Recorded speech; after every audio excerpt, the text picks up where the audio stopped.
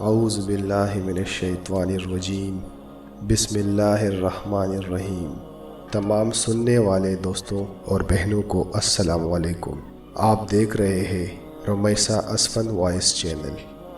بنی اسرائیل کے 99 افراد کے قاتل کی توبہ۔ بخاری و مسلم میں بنی اسرائیل کے ایک قاتل کا واقعہ نقل کیا گیا ہے۔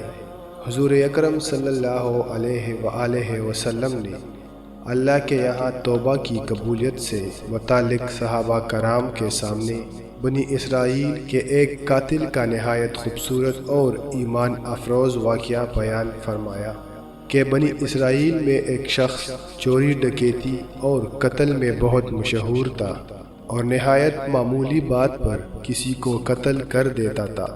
ہوتے ہوتے اس کے ہاتھ سے 99 افراد کا قتل ہو چکا۔ اس کے بعد اس کے دل میں احساس پیدا ہوا کہ مجھے بھی تو اللہ کے یہاں جانا ہے۔ چنانچہ یہ فکر بڑھتا رہا اور لوگوں سے معلومات کرتے ہوئے سرگرداں پھرنے لگا کہ کیا میری توبہ قبول ہو سکتی ہے یا نہیں۔ کسی عالم شخص سے ملاقات کی فکر ہوئی کہ معلوم کیا جائے کہ ایسے شخص کی توبہ قبول ہو سکتی ہے یا نہیں۔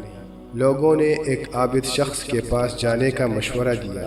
اس شخص نے اس کے پاس جا کر مسئلہ معلوم کیا کہ کیا میری توبہ قبول ہو سکتی ہے اور کیا میری مغفرت ہو سکتی ہے، جبکہ میں نے 99 انسانوں کی جان مار دی ہے۔ تو اس عابد کو مسئلہ معلوم نہیں تھا، تو اس نے اپنی عقل سے قیاس آرائی کہ جو آدمی 99 انسان کی جان مار سکتا ہے، اس کی مغفرت کہاں سے ہوگی؟ چنانچہ اس نے کہہ دیا کہ تیری توبہ قبول نہیں ہوگی۔ تو اس شخص نے غصہ اور جلال میں آ کر اس کو بھی قتل کر کے 100 پورے کر دیے کہ جب میری توبہ قبول نہیں ہوتی ہے تجھے بھی ختم کر کے 100 پورے کر دوں۔ چنانچہ اس نے 100 پورے کر دیے، مگر اس کے دل میں خوف اللہ کا باقی رہا کہ میری مغفرت کی کوئی شکل ضرور ہوگی۔ اس لیے اس نے لوگوں سے پھر معلومات کا سلسلہ جاری کر دیا، پورے کر دیے کہ جب میری توبہ قبول نہیں ہوتی ہے تجھے بھی ختم کر کے 100 پورے کر دوں۔ چنانچہ اس نے 100 پورے کر دیے، مگر اس کے دل میں خوف اللہ کا باقی رہا کہ میری مغفرت کی کوئی شکل ضرور ہوگی۔ اس لیے اس نے لوگوں سے پھر معلومات کا سلسلہ جاری کر دیا کہ روئے زمین میں سب سے بڑا عالم کون ہے، اس سے جا کر معلوم کروں گا۔ چنانچہ اس نے اس عالم صاحب کے پاس جا کر اپنی زندگی کی کارگزاری سنائی اور 100 آدمیوں کو کس طرح سے قتل کیا ہے سارا کارنامہ سنا کر معلوم کیا کہ اب بتلائیے کہ میری توبہ قبول ہو سکتی ہے یا نہیں۔ کیا اللہ کے یہاں مجھ جیسے گناہ گار کے لیے مغفرت کا کوئی خانہ ہے؟ تو اس عالم صاحب کو چونکہ علم تھا تو اس نے بتلایا کہ تیرے گناہ معاف کرنے میں اللہ کے یہاں کیا رکاوٹ ہے۔ اللہ کی رحمت کا سمندر تجھ جیسے گناہ گاروں کے گناہوں سے بہت بڑا اور بہت وسیع ہے۔ چنانچہ اس عالم صاحب نے مشورہ دیا کہ تم فلاں جگہ سفر کر کے جاؤ، وہاں کچھ اللہ کے بندے رہتے ہیں، ان کا مشغلہ صرف اللہ کی عبادت ہے، ان کے ساتھ مل کر اللہ کی عبادت کرو اور نادم ہو کر اپنے گناہوں کی معافی مانگو، انشاءاللہ تمہاری مغفرت ہو جائے گی۔ جب اس شخص نے آدھا راستہ طے کر لیا تو ملک الموت آ گئے اور اس کی موت ہو گئی۔ اب اس کی روح لے جانے کا مسئلہ کھڑا ہوا۔ آسمانوں سے رحمت کے فرشتے بھی آئے اور عذاب کے فرشتے بھی۔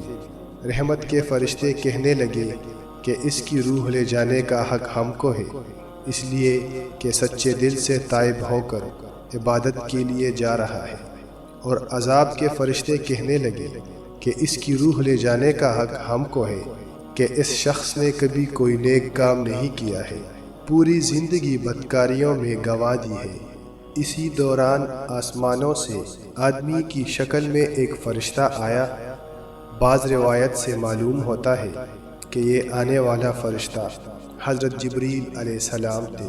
چنانچہ اس فرشتے نے تشریف لا کر ان دونوں طرح کے فرشتوں کے درمیان یہ فیصلہ کیا کہ دونوں طرف کی مسافت ناپ کر کے دیکھ لیں کہ جہاں سے آ رہا ہے وہاں کی مسافت قریب ہے یا جہاں جا رہا ہے وہاں کی مسافت، لہٰذا جہاں کی مسافت قریب ہو اس شخص کو وہاں والوں میں شمار کر دیا جائے۔ چنانچہ دونوں طرف کی زمین ناپ کر دیکھی گئی تو جہاں جا رہا تھا وہاں کی مسافت جہاں سے آ رہا تھا اس کے مقابل صرف ایک بالشت قریب ہے۔ چنانچہ فیصلہ ہوا کہ مقام گناہ سے مقام عبادت صرف ایک بالشت قریب ہے، اس لیے رحمت کے فرشتوں کو اس کی روح لے جانے کا حق ہوگا۔ چنانچہ اللہ کی طرف سے اس کی مغفرت کا اعلان ہو گیا۔